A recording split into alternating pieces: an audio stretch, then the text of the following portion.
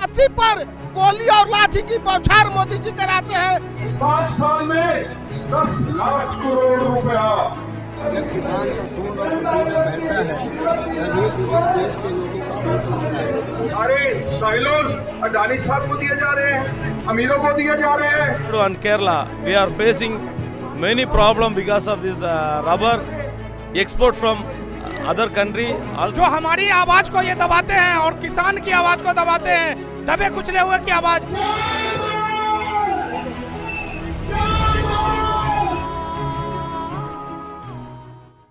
तो दर्शकों, जैसे कि आप देख सकते हैं पीछे कितनी बड़े पैमाने में जो भीड़ है वो आ रही है किसान आंदोलन के लिए। और पीछे आप यहाँ पे सबके हाथों में होर्डिंग्स देख सकते हैं। कांग्रेस की तरफ से यहाँ पे सारे लोग आ रखे हैं और यहाँ पे जो मेन टारगेट किया जा रहा है वो बीजेपी को टारगेट किया जा रहा है, क्योंकि उनका मानना ये है कि जो इतने सालों में 8 सालों में जो भी बदलाव देखने को मिले हैं, किसानों की यहाँ पर कोई भी ज़्यादा उनके हित में कोई भी बात नहीं की गई है। और पीछे आप देख सकते हैं कितने बड़े पैमाने में यहाँ पर लोग आ रखे हैं। इस साइड में अगर मैं आपको दिखाऊं तो कितने सारे लोग बैठे हुए हैं। पीछे स्टेज पर सारे लोग आप देख सकते हैं। यहाँ पर अलग अलग जगहों से लोग आ रखे हैं। कर्नाटका हो गया, केरल हो गया, कन्याकुमारी हो गया, हर जगह से यहाँ पर लोग आ रखे हैं। वहाँ के उपाध्यक्ष आ रखे हैं, अपनी अपनी समस्याओं को बता रहे हैं। सर, अपना नाम बता दीजिए। प्रमोद राय, उपाध्यक्ष है बिहार प्रदेश किसान कांग्रेस के। इसी पर गाड़ी चढ़ाया जाता है। किसान की आवाज को प्रधानमंत्री नरेंद्र मोदी कुचलने का काम करते हैं। बिहार में किसानों को यूरिया का सप्लाई नहीं के बराबर होता है, जिसके कारण किसानों को आंदोलन के पथ पर आगे आना पड़ता है। सर, जहाँ पर जो किसान लोग आ रखे हैं उनकी यहाँ पर डिमांड क्या है कि ऐसा क्या होना चाहिए, क्या इस व्यवस्था में, क्या शासन में क्या बदलाव होने चाहिए जिससे उन लोगों को उनका हक मिल सके? किसानों के फसलों को जो बेचने का तरीका है, किसानों के खेत से ही किसानों का फसल बिके। हाथी पर गोली और लाठी की बौछार मोदी जी कराते हैं। जी की अगुवाई में बुलंद करने का काम करेगी। तो जैसा कि आपने इनकी स्टेटमेंट से ये पता लगा लिया होगा कि यहाँ पर लोग किस वजह से इकट्ठा हुए हैं। बेसिकली यहाँ पर जितने भी किसान लोग इकट्ठे हुए हैं उनकी जो मांगे हैं वो पूरी नहीं हो पा रही हैं, ऐसा ये कह रहे हैं। यहाँ पर और भी कई राज्यों से लोग आ रखे हैं। आइए उनसे भी बात करते हैं। तो आइए अब हम बात करते हैं तमिलनाडु के किसान कांग्रेस के अध्यक्ष जी से कि उनकी इस पर क्या प्रतिक्रिया है। नमस्कार सर। नमस्कार सर, यहाँ पर इतने सारे लोग इकट्ठे हो रखे हैं किसान आंदोलन को लेकर, किसानों को जो समस्याएं हो रही हैं उनको लेकर के, तो इन समस्याओं का क्या निवारण होगा आपके हिसाब से? किसानों को अपनी मजदूरी ये सरकार दे नहीं पा रही है और जितना बोल रही है वो 5 साल में डबल करूंगी, ट्रिपल करूंगी, 4 गुना करूंगी।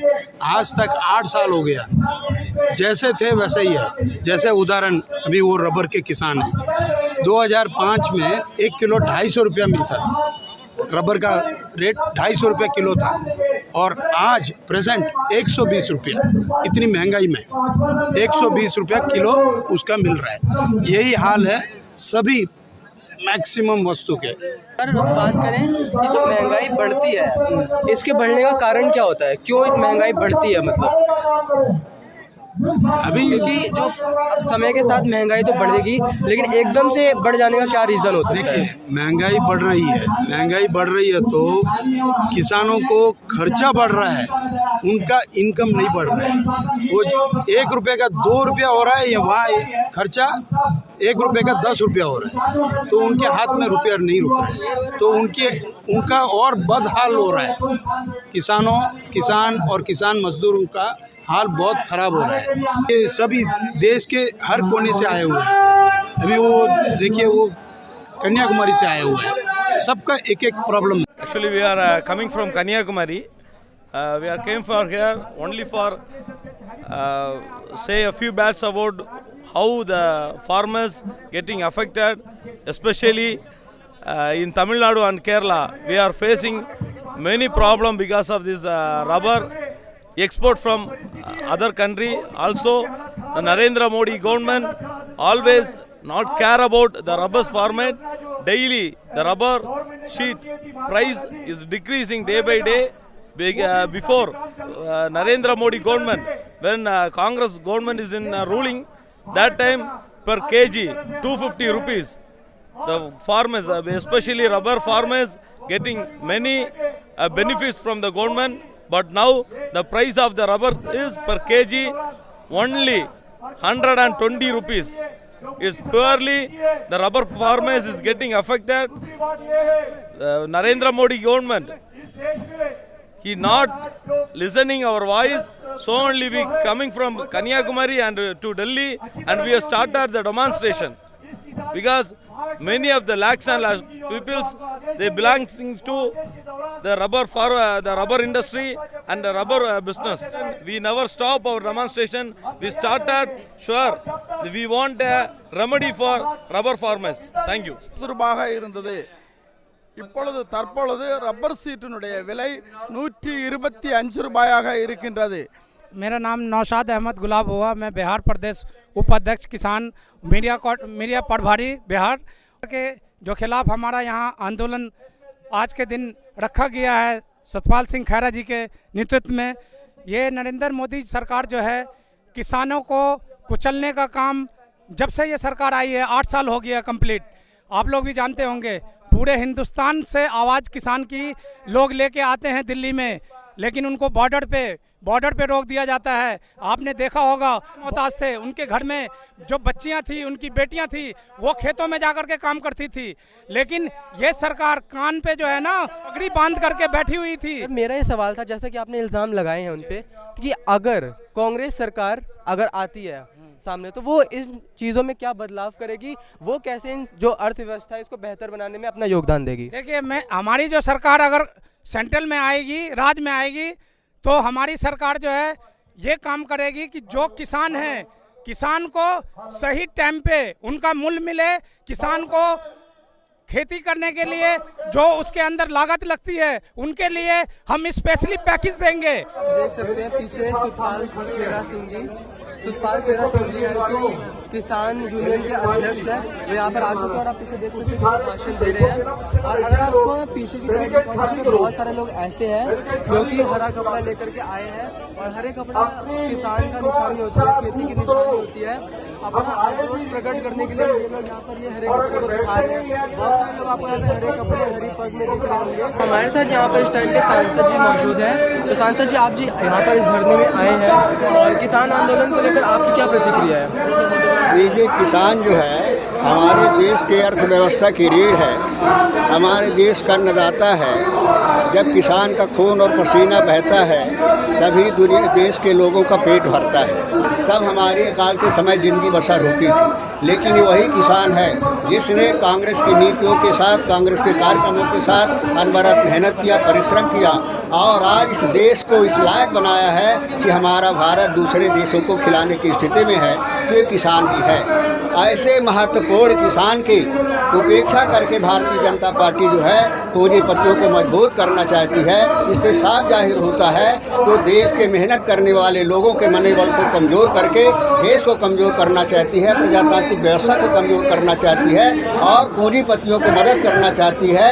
एक तरह से जो गरीब का आज़ादी में गरीब का सपना था, किसानों का सपना था, उस सपने को बेच करके पूंजीपतियों के हवाले इस देश को करना चाहती है। मैं बधाई देना चाहता हूँ इस देश के किसानों को कि उन्होंने अन्याय के खिलाफ ज़बरदस्त लड़ाई लड़ा और सरकार को आखिर झुकना पड़ा, क्योंकि सरकार के तर्कों में दम नहीं था, सरकार का कोई आधार नहीं था, इस वजह से उसको झुकना पड़ा है। हम ये कहना चाहते हैं कि हमारे किसान को संगठित होकर के और एक ऐसा वातावरण बनाना चाहिए कि पहचान समाज में बने कि किसान गरीब जो इस देश की सबसे बड़ी ताकत है उसका हितैषी कौन है, ये वातावरण बनाए और पूंजीपतियों के समर्थकों को सत्ता से बाहर करें। सर, ये जो आप बोल रहे हैं ऐसा करने के लिए हमें कैसा टाइम लगेगा? जैसे जो किसानों की मांगे हैं वो किस तरीके से पूरी की जा सकती है? नहीं, हर तरीके से किसान, देखिए जब किसान इकट्ठा हुआ है यहाँ तो आपने देखा कि सरकार को बिल लेना पड़ा, जो भी सरकार लाई थी इसी वजह से लाई थे कि किसी तरह से रोटी का अधिकार भी पूंजीपतियों के हाथ में चला जाए।